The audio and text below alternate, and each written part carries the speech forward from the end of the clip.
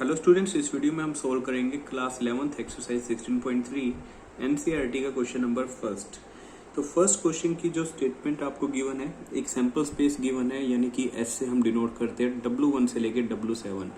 तो W1 से W7 का मतलब ऑल पॉसिबल आउटकम, इसी को हम सैंपल स्पेस बोलते हैं। तो पॉसिबल आउटकम या तो W1 है, W2 या W3, इस तरह से 7 पॉसिबल आउटकम है, यानी कि हमारे पास जो आउटपुट आएगी इन्हीं में से आएगी W1 से W7 तक। और इनके कोरस्पॉन्डिंग देखिए, हमें डिफरेंट असाइनमेंट्स दे दिए, हम एक एक करके सभी चेक करेंगे। ABCDE 5 पार्ट है, सारे पार्ट को हम चेक करेंगे और ये बताना है कि कौन सा असाइनमेंट वैलिड है और कौन सा असाइनमेंट वैलिड नहीं है। जैसे देखिए, A पार्ट में प्रोबेबिलिटी ऑफ W1, यानी कि फर्स्ट यहाँ पर W1 आने की प्रोबेबिलिटी आपको 0.1 दे दी, W2 के आने की प्रोबेबिलिटी 0.01 दे दी। ये भी A असाइनमेंट की बात कर रहा है।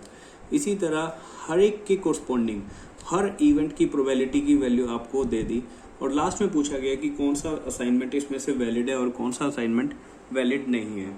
तो हमारे पास इस एक्सरसाइज में एक थ्योरी आती है, axiomatic approach to probability. Axiomatic approach, इसके अकॉर्डिंग क्या है, हमारे पास प्रोबेबिलिटी ऑफ WI, यानी कि किसी भी कोई भी आउटपुट की प्रोबेबिलिटी, यानी कि W1 की प्रोबेबिलिटी लगा लीजिए या W2 की, किसी भी इवेंट की प्रोबेबिलिटी की जो वैल्यू है वो 0 से 1 के बीच लाई करती है। टोटल 2 रूल आते हैं इसके अंदर।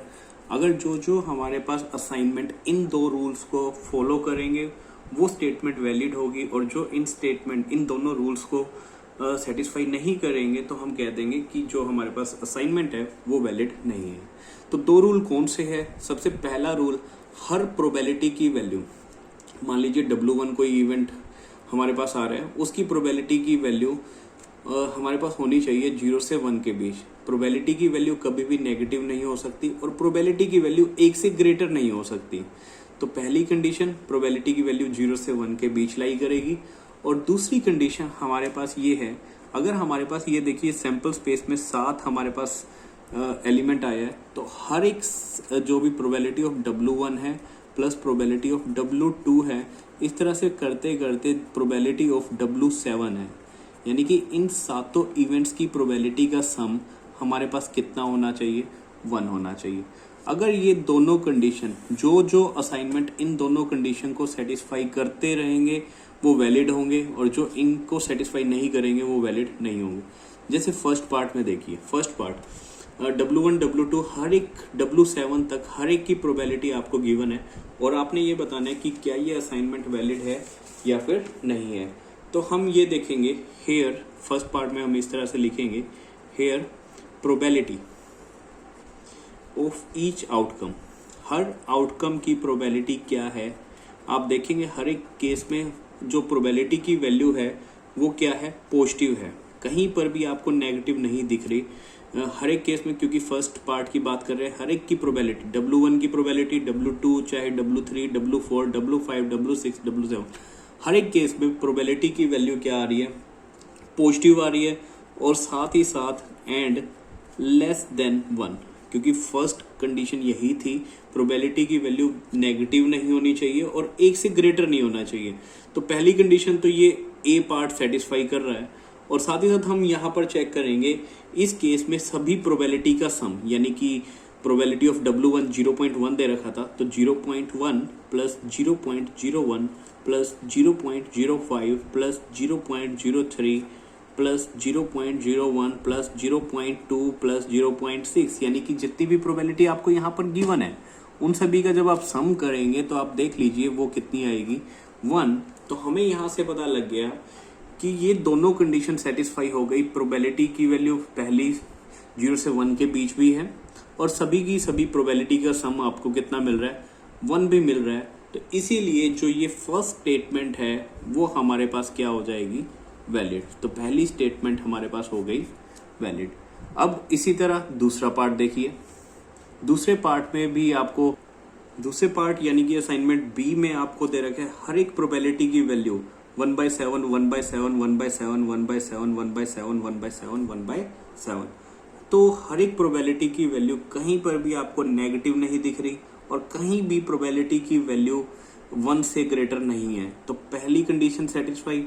और साथ ही साथ दूसरी कंडीशन की अगर बात करें 1/7 1, जब आप इन सभी प्रोबेबिलिटी को ऐड करोगे तो हमारे पास सभी प्रोबेबिलिटी का सम ये क्या आएगा, 1 आएगा।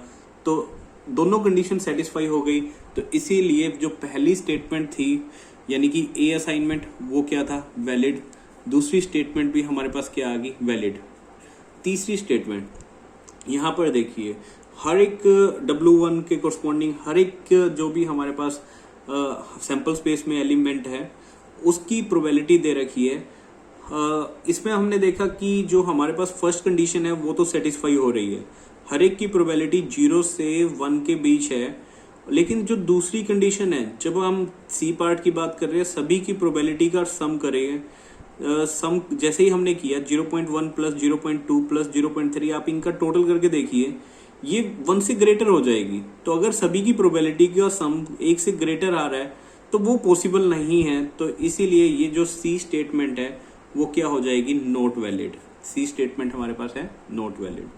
और डी पार्ट में देखिए आपको पहला ही मिल गया, W1 की प्रोबेबिलिटी नेगेटिव, W5 की प्रोबेबिलिटी भी क्या दे रखी है, नेगेटिव। अगर प्रोबेबिलिटी की वैल्यू कहीं पर आपको नेगेटिव मिल जाए तो आप डायरेक्ट लिख दीजिए here probability of W1 is negative and probability of W5 ये दोनों प्रोबेबिलिटी की वैल्यू जो भी हमने सर्कल किए हैं नेगेटिव है। और अगर नेगेटिव है तो ये हमारे पास स्टेटमेंट क्या होगी, नॉट वैलिड, वैलिड नहीं होगी। लास्ट पार्ट, तो फोर्थ पार्ट भी आपका हो गया नॉट वैलिड। फिफ्थ पार्ट में देखिए आपको एक ही जो लास्ट है, लास्ट देखिए 15/14 यानी कि 1 से ग्रेटर, कहीं भी प्रोबेबिलिटी की वैल्यू, जैसे यहाँ पर प्रोबेबिलिटी ऑफ W7 की वैल्यू आपको क्या मिल गई, 1 से ग्रेटर मिल गई, तो वो पॉसिबल नहीं है। तो यहीं पर आप बता सकते हैं कि जो लास्ट स्टेटमेंट जो ये आएगी, जो असाइनमेंट ई है वो भी नॉट वैलिड होगा, because probability of W7 is greater than 1। कभी भी किसी इवेंट की प्रोबेबिलिटी 1 से ग्रेटर नहीं हो सकती। तो ये तो सिंगल ही इसकी 1 से ग्रेटर हो गई, तो ये भी, और जब आप इनका टोटल करोगे वो भी 1 से ग्रेटर आना ही है। तो ये लास्ट स्टेटमेंट भी क्या हो जाएगी, नॉट वैलिड। तो इस तरह से हमने बताने थे तो कौन सी जो हमारे पास असाइनमेंट है वैलिड है, कौन सी असाइनमेंट नॉट वैलिड है। ये दो कंडीशन आपको जस्ट पता होनी चाहिए। एक ज्योमेट्रिक अप्रोच ऑफ प्रोबेबिलिटी बोलते हैं कि प्रोबेबिलिटी, हर एक इवेंट्स की प्रोबेबिलिटी 0 से 1 के बीच लाई करेगी और सभी प्रोबेबिलिटी का सम कितना होगा, इक्वल टू 1। तो इस वीडियो में इतना ही। अगर वीडियो आपको अच्छी लगी जरूर लाइक कीजिए, चैनल पर नए हैं तो चैनल को सब्सक्राइब कीजिए। धन्यवाद।